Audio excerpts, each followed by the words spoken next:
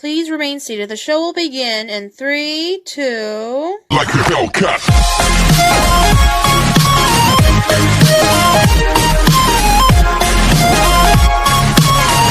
Hi, I'm FandomTraveller87. Want to hear a ghost story?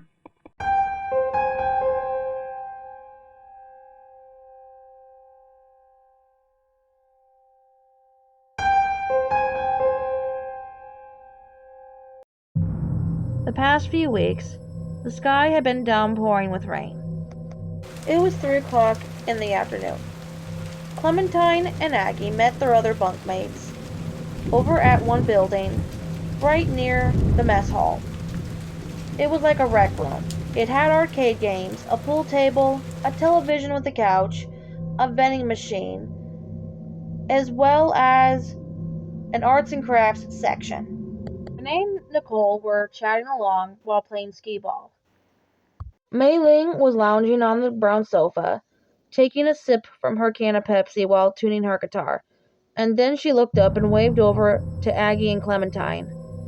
Aggie had walked over and sat down next to Mei Ling, while Clementine had walked over to the other 2 girls. So, what's the score now, ladies? Clementine asked. Oh, we're playing 2 out of 3 right now, said Nicole. I'm beating her by 12 points. I told her that this was a waste of time. There's gotta be other stuff that we could do. Well, that's only because I'm letting you win, said Renee. I want to go canoeing. Yeah, except the numbskulls from cabin A5 ransacked the shed and accidentally blew up the last 2 boats that were under maintenance, said Mei Ling. Oh, of course. Why am I not surprised? The Terror Twins strike again. Billy and Tyler. Those Neanderthals are always pulling these dumb stunts. Just why? Because their parents are pushovers, Clem. What do you expect? They have practically begged me more than a dozen times to babysit those brats. I've had quite a few encounters with them, and I'm gonna just tell you this. It was not pretty. And that's all I'm gonna say. Well, I do have one idea, Renee suggested. No, we are not gonna do that. Haven't you learned anything from what happened last time, Renee? Honestly, there's no way. I don't care how much you want to bet me. I'm not going back to that horrid place. What are you 2 going on about? Well, I'm pretty sure that you guys are aware of the Banshee, right? The one that comes out at night and lures kids into the water and drowns them? I think that's a bunch of malarkey, argued Mei Ling. It is not, May. This is 100% real. Don't you remember what happened to Aggie's cousin? Ugh, a banshee? Really? Mei Ling scolded impatiently. Are you even listening to yourselves right now? There are no such things as ghosts, especially banshees. They are not real. What is real are potentially there being homeless people who could rob us, and there's even wild animals that live out here. I mean, come on. There has never even been any physical or concrete evidence that a kid has gone missing. They have not been identified. Their bodies have not been found. We literally know nothing about them. Yeah, and yes, it is sad what happened to Aggie's cousin. It was unfortunate. But how do we know for sure what she saw that night was in fact a banshee that took him? Well, I saw the Banshee. That's not possible, Clementine, said Mei Ling. Okay, answer me this, Einstein. How would you explain the several eyewitness accounts from campers over the years who claimed of seeing shoes randomly floating in the water after they see their friends get napped by this banshee, huh? You think that it's just a coincidence that the cops have also seen shoes floating in the water. Mei Ling sighed in defeat, shaking her head, before standing up and setting her guitar aside. I'll admit it's a bit creepy, she said. But do we have any other information to go off of, other than some theory? Because how do we know that a banshee is at play here? What if it's another camper? Or what if it's, well, Tyler and Billy? What, you think that they made some dummy to scare me the other night? Well, it might be pretty obvious, said Mei Ling. You know how those boys are. It just sounds like something that they would do. Well, I don't want to go back onto the McGrimley property. Not ever again. Renee and I, we really shouldn't have been there in the first place. Wait, how'd you guys get there without a boat? There's an underground tunnel, said Renee. An underground tunnel? Where? Well, because I lost a bet, I was dared to go to the underground tunnel that would lead to the other side of the lake, onto that island. The underground tunnel is on Dewberry Trail past the cemetery, not very far from here. I've been to the cemetery, actually. Are you kidding? Don't you know that place is haunted?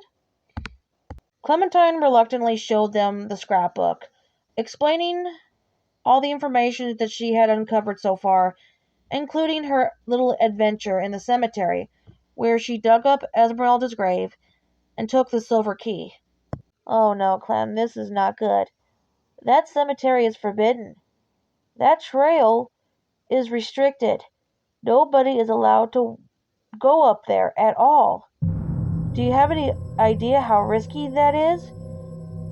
You disturbed somebody's resting place, and you took something of theirs that didn't belong to you. And now you've awoken something that has probably attached itself to you. You could be in some real danger now. Whoa, I'm fine. Nothing has happened to me, okay? And besides, Aggie gave me the scrapbook. She did what now? Aggie, how could you? That was supposed to be a secret. You promised your grandpa's friend that you would just give it to some stranger, you know? That scrapbook was meant for you only. Yeah, well, somebody's actually willing to help me for once. Somebody actually believes me. And somebody was actually there who actually cares. Those 2 years ago, when I saw my cousin being dragged away by that monster and those cops showed up, what did you guys do? You guys did nothing. You guys did absolutely nothing. You didn't even stick up for me. Aggie, we're sorry, okay? We did realize that, just save it. I don't want to hear it, okay? I'm gonna go back to the cabin. I don't want to talk about this anymore right now. Aggie stormed off, heading out the door, slamming it shut behind her. It's okay, guys. Don't worry about it. She just needs some time to cool off. Why don't you two take me over to that underground tunnel so we can investigate? I don't know if that's really a great idea, considering, well, I really think that we should consider it, said Renee. And we don't want Clementine having to go there again by herself. Maybe we should help her. All right, fine, we'll go. But we need to seriously be careful, and we need to watch out for camp security. Okay, ladies, here's the plan. We're going to leave the cabin at 9 o'clock. Once camp security finishes their usual rounds, They're going to come to our cabin first to inspect, to make sure that we're all in our beds. Then once they leave, and the coast is clear, we'll make our way to the cemetery, down the Dulberry Trail, to the underground tunnel. Make sure everyone brings their flashlights. I don't want us getting lost in the dark. We need to also keep a low profile and try not to make so much noise. We don't want to attract unwanted attention to ourselves, okay? And if you guys want, bring snacks and drinks. We also have to be back in our cabin by 11, okay? So what's our plan, Clem, when we get onto the island? Well, my suggestion would be we go to Aaron McGrimley's cabin and go search for clues. What, so we could find out who really killed Aaron's father? I'm pretty sure that it was Aaron. I mean, come on. And besides, why would we want to go find out the truth anyway? It's not like it matters. What about the treasure? I know where this is going, and I appreciate the thought, Nicole. I know that you want to help save my family's gas station. But this treasure is cursed, remember? By 9 o'clock sharp, the girls pretended to be asleep, and once security had gone, their flashlights fading away as they had gone down the opposite path, Clementine, Renee, and Nicole got out of their beds, put on their shoes and jackets, bundling up a bit, as it was going to get a little chilly that night. Aggie, of course, was still sound asleep in her bed. Shouldn't we wake her up, Clem? Maybe she would like to tag along. Let's not disturb her. I think that she's been dealing with enough for one day as it is. We should let her rest. I would love to go with you guys, but I think it's best I watch over Aggie, said Mei Ling.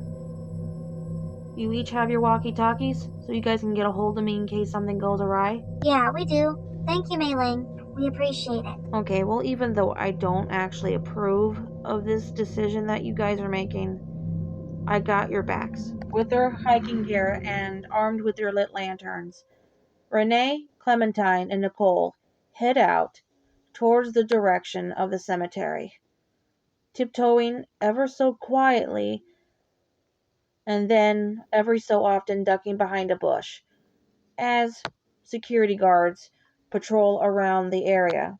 The girls ascended the steep slope, walking up the stone steps that led them up to the tree line. They ducked underneath branches and climbed over logs, soon walking into the cemetery, but not wishing to stick around for much longer, as they exchanged rather uncomfortable glances.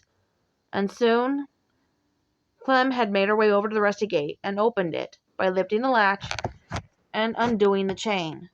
And then the other two had followed close behind her, trembling and shaking like leaves.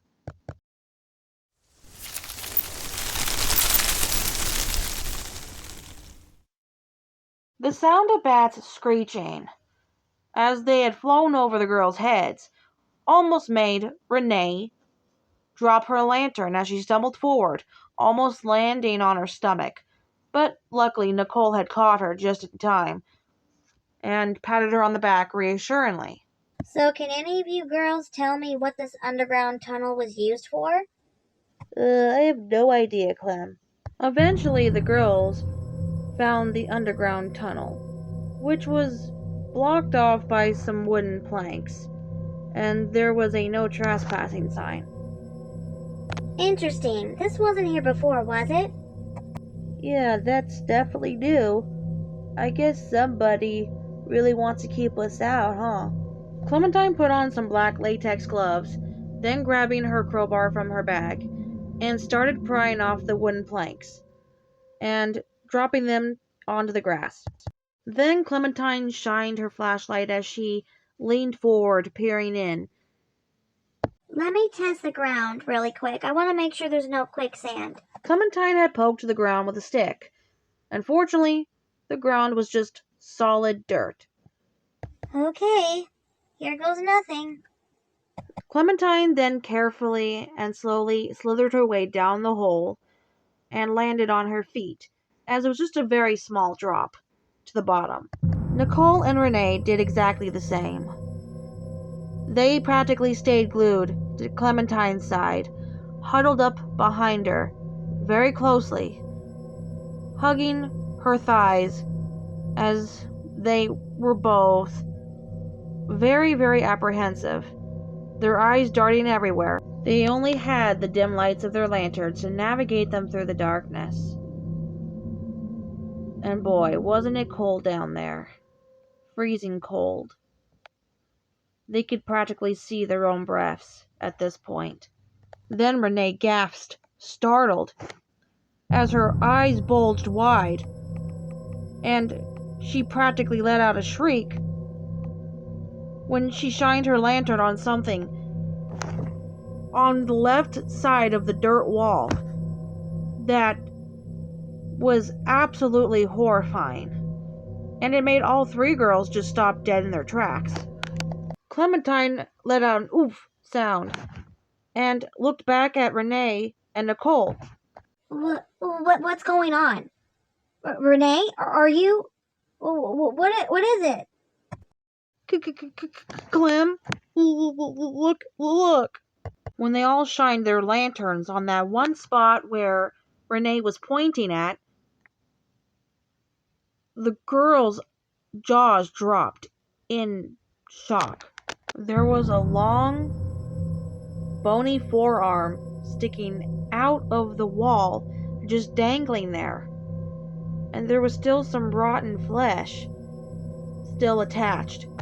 Nicole, why didn't you say anything about this before? I don't remember that being there, honest. I'm sorry, guys. Well, let's keep going, okay?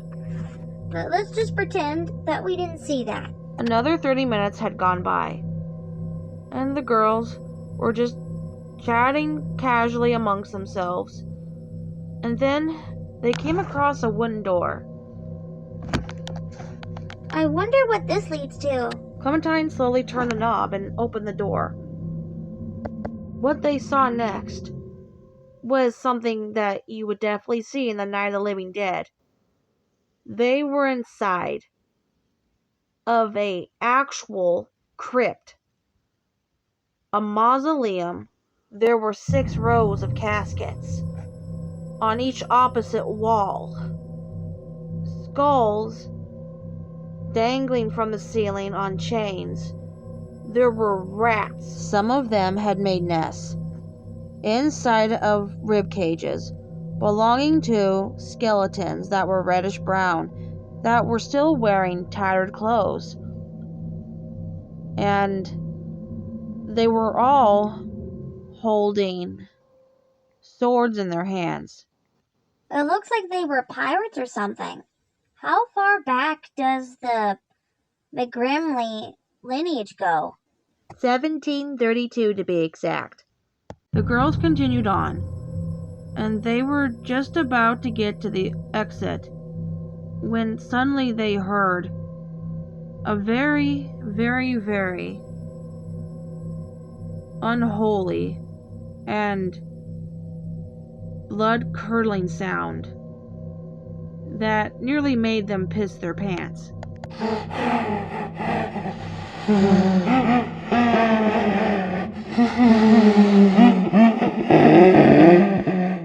Then a few of the caskets mounted on the right side wall began to rattle, and they tumbled to the floor.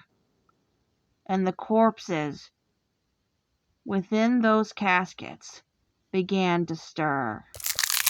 One by one, every corpse in that room had rose from their caskets, and with their bones snapping and popping in place in their stiff necks, they turned towards the girls, their dark, hollow eye sockets piercing like knives deep into the flesh, right deep into their souls.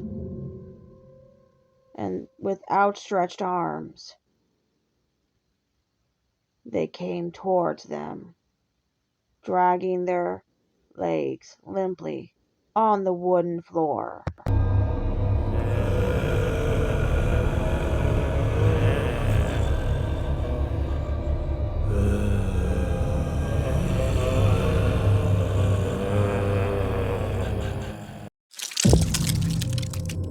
The corpse's blood and guts had spilled, leaving a trail, and it made the girls want to vomit. They were standing stock still, paralyzed, with fear in their eyes. They couldn't move. Renee finally gathered the courage to shake them, and she had pulled them towards the door. Renee had pulled on the doorknob, but the door wouldn't budge. Oh no. Clementine, what do we do? What do we do? I have an idea. Girls, get behind me quickly and stand back. Stand back. Clementine quickly grabbed a hatchet out of her satchel, and then, with her left arm, she did one heavy, swift swing, striking the wooden door until splinters flew everywhere, and the door had finally busted down. The girls ran like Olympic athletes, sprinting out the door, as the zombies still followed them. And then there was a sound of shrieking ghosts at their heels. Then ghostly voices singing all around them, echoing and ringing in their ears.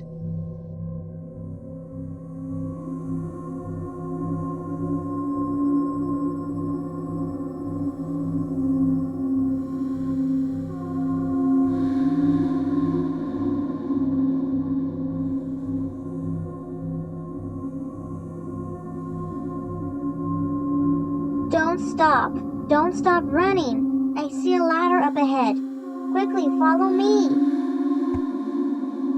The girls hightailed their asses all the way to the ladder, and Clementine was the first one to climb up. And then Renee, and then Nicole. But as Nicole was halfway up the ladder, a bony claw tightly clutched her left ankle.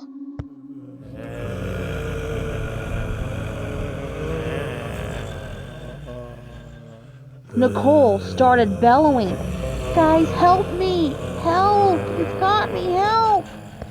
The zombie was actually attempting to pull Nicole off the ladder and drag her away, but Clementine once again grabbed her hatchet and struck the corpse in the side of the head. The corpse had fallen to the ground, blood spewing, and all three girls quickly climbed out of the hole and sealed it with heavy rocks. They were all panting and sweating profusely. Are you girls okay? That was a close call. Then their stomachs were growling. They were still kind of hungry after having a light dinner earlier at the camp. Oh boy, I could sure go for some marshmallows right now. Clementine reached into her satchel and grabbed the bag of marshmallows. But the bag only had like one marshmallow left. What? I could have sworn this bag was half full of marshmallows. Nicole? Nicole chuckled sheepishly, scratching the back of her neck. Sorry, girls, I eat when I'm nervous. My dad. So what are we supposed to do about food now, Nicole? Well, you girls can just split the last marshmallow. Clementine placed her hands on her hips and arched an eyebrow, not very amused by the joke. Gee, thank you, Nicole. That is so generous of you. Well, let's keep moving. We're very close to the island now, said Renee, pointing in its direction. All they had to do was just cross that big, huge log in the center of the river, which would take them to the other side. Frogs were ribbing and croaking in the background as each girl had balanced themselves on the log, making sure to take slow, cautious strides until they finally had reached the other side of the river. Any bright ideas, ladies, on how we're gonna get back to camp, since we can't technically go through that tunnel anymore? Well, we could always just swim our way back to camp.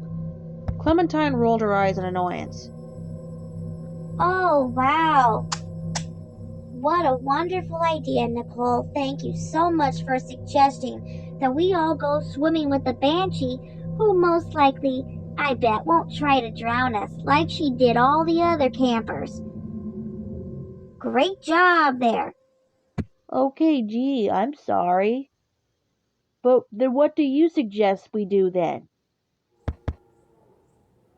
Clementine said nothing. She just shook her head and groaned, and continued walking, and the other two, of course, just followed suit, not saying another word for the remainder of the walk, at least until they were probably a good 2 miles in to the woods, and there were trees all around them that looked like they had grotesque faces carved into their trunks, something that you would see in The Wizard of Oz. There were apples growing from their branches, and they still had leaves on them, of course. And it just seemed like, well, their trees were kind of extending out a little bit. But it could just be their imagination just running wild. I thought we would have found Aaron McGrimley's cabin by now, said Renee. Well, we are taking the longer route to get there. The girls soon stumbled into the swamp that reeked of moldy cheese and gym socks. P.U. Blech. This is disgusting. I'm getting tired, complained Renee. Maybe we should just head back to camp. I don't think I can walk another step. Well, we could, but I don't know how we're gonna get back to camp. We can't go back through the tunnel, and we can't obviously swim our way back to camp. We're just gonna have to think of another way. I'm sorry, Renee, but we should just stop and rest for a bit. They all sat on large flat rocks and stretched out their legs. What a adventure it has been for Clementine. She never imagined that any of this would be her way of how she would be spending her summer vacation. Well, at least she didn't have to go through it alone. Okay, I'm going to leave the story here for now. I hope you guys have been enjoying it so far. Anyway, I hope you all have been having a good morning, afternoon, and evening. Until next time, I'm FandomTraveller87, and before I head out, I only have this to tell you. So listen up. For more awesome content, like and subscribe now. Bye-bye. Until next time.